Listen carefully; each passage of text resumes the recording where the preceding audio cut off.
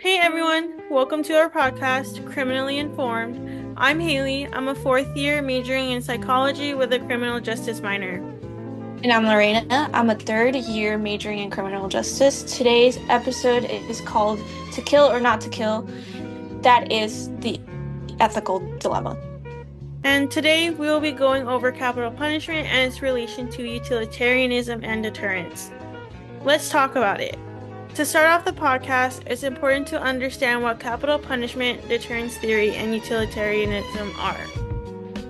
According to the Bureau of Justice Statistics, capital punishment is the sentencing of convicted offenders to death for the most serious crimes, followed by the execution of that sentence. These crimes can include murder, treason, genocide, or the killing or kidnapping of a congressman, the president, or Supreme Court justice.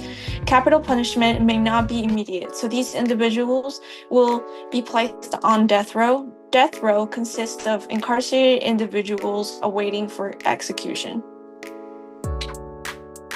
Moving to deterrence theory, this states that people will not commit crimes if they think the punishment is bad enough and likely enough to happen.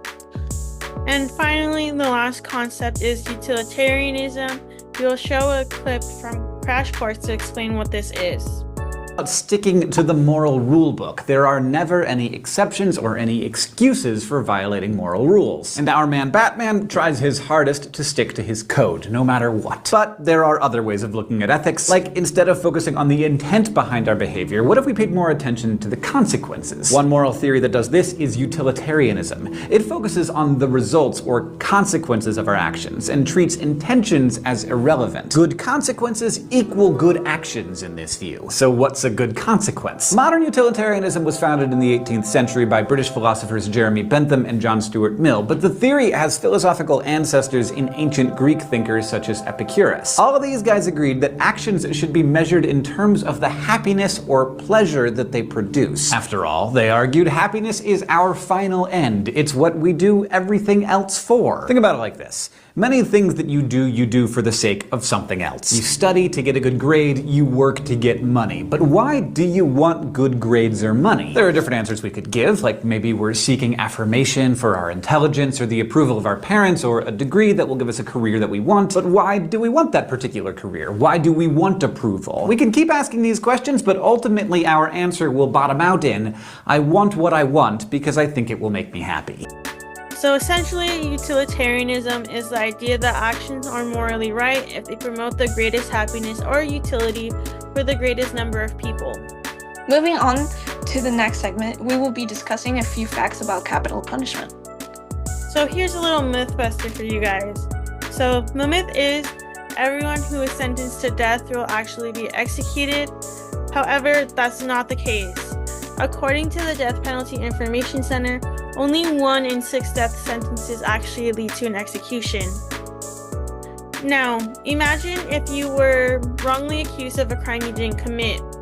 You're sentenced to death, and then you sit in a cell for decades, until there's evidence that shows that you were innocent. That is the truth for 189 individuals who were sentenced to death but were exonerated since 1973. Awaiting execution can cause extreme mental distress.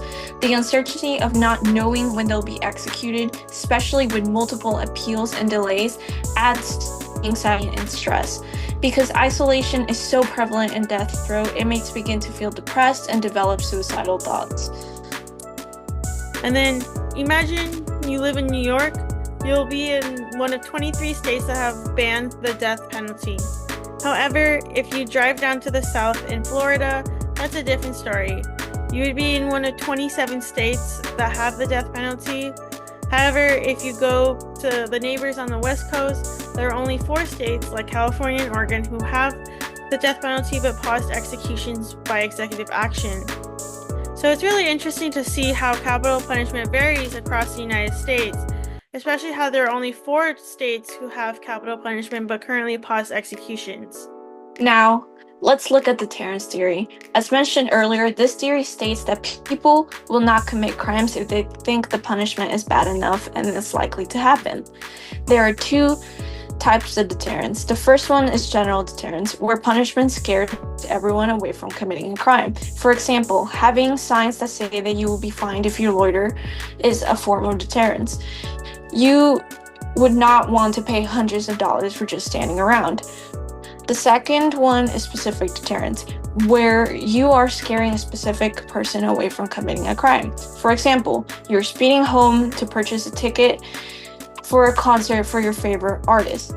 Then you get pulled over and get a speeding ticket. That ticket will eventually discourage you from speeding ever again. And with deterrence, there are 3 specific components that the punishment must meet in order for people to not commit that crime.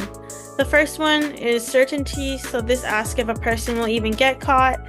Next is severity, this asks how harsh the punishment is. And finally, celerity asks how swift the punishment is. Now, there are some cons to this theory. Deterrence does not work with crimes of passion, mental illness, related violence, serial/compulsive killers, or youth. In fact, most violent crimes are done in the heat of the moment, not with long-term thinking. Most criminals usually don't believe they'll get caught, depending on the crime, so the punishment doesn't scare them. Finally, the rise of time spent on death row has increased in the past 40 years. According to this graph from the Death Penalty Information website, and inmates typically spent 74 months on death row back in 1984. However, as of 2024, that time increased, and now inmates spend about 269 months on death row. Thus, although the death penalty is a severe form of punishment, there is no way that it is quick or certain, meaning that it is not a very good deterrent for capital crimes. Now, let the games begin. Does utilitarianism say that the death penalty is a good punishment? 3, 2, 1. go. Okay, the death penalty can prevent future crime. Seeing someone get executed will scare others from committing murder, and the person executed will no longer be able to commit a crime. Yeah, but there is a major ethical concern, especially when there is a risk of committing an innocent person. Plus, the irreversible harm is not only done to the person itself, but it also impacts their friends and family. There is going to be a risk for anything that the criminal justice system does. The system is based on discretion. Plus, if the death penalty prevents future crime and makes society safer, a utilitarian could argue that the greater good is served. It is keeping the majority of the people happy. You got a point, but does the life of one person really outweigh any potential benefit from preventing future crimes? That one person can just be on life without parole. They'll be in prison for the rest of their lives.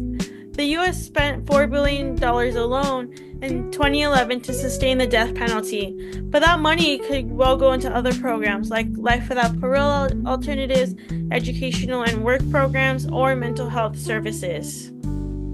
Phew, that was good. And moving on to our last section, we'll be doing a little case study about 2 recent executions.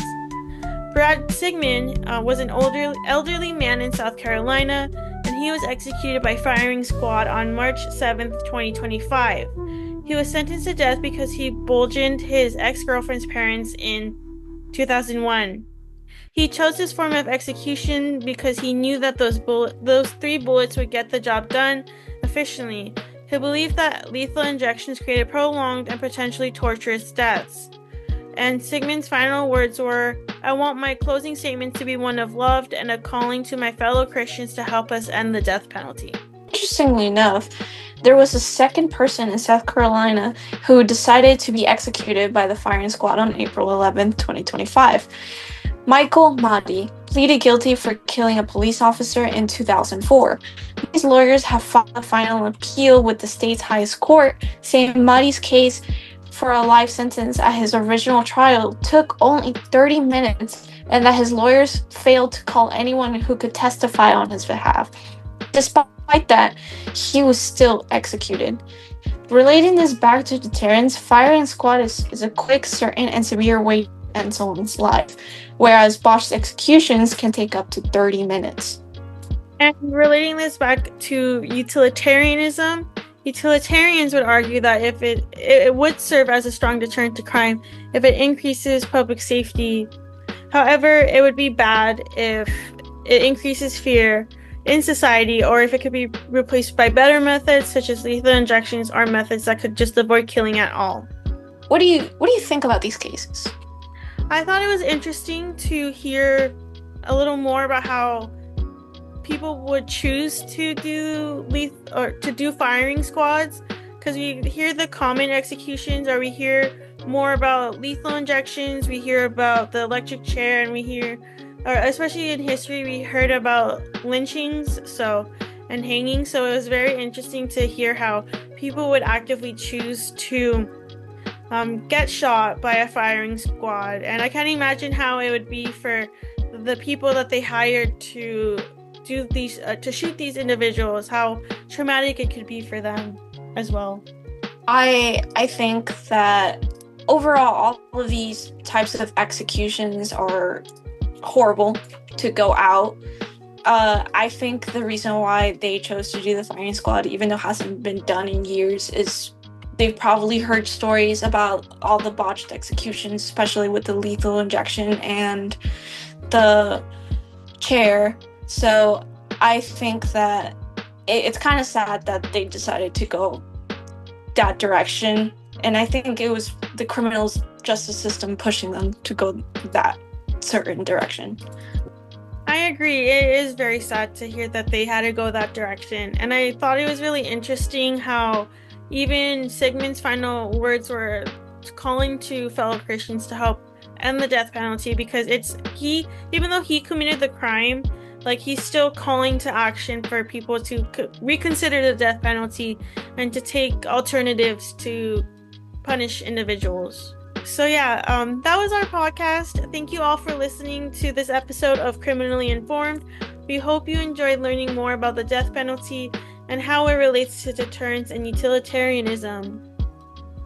So we want to ask you, is the death penalty really serve as a good punishment?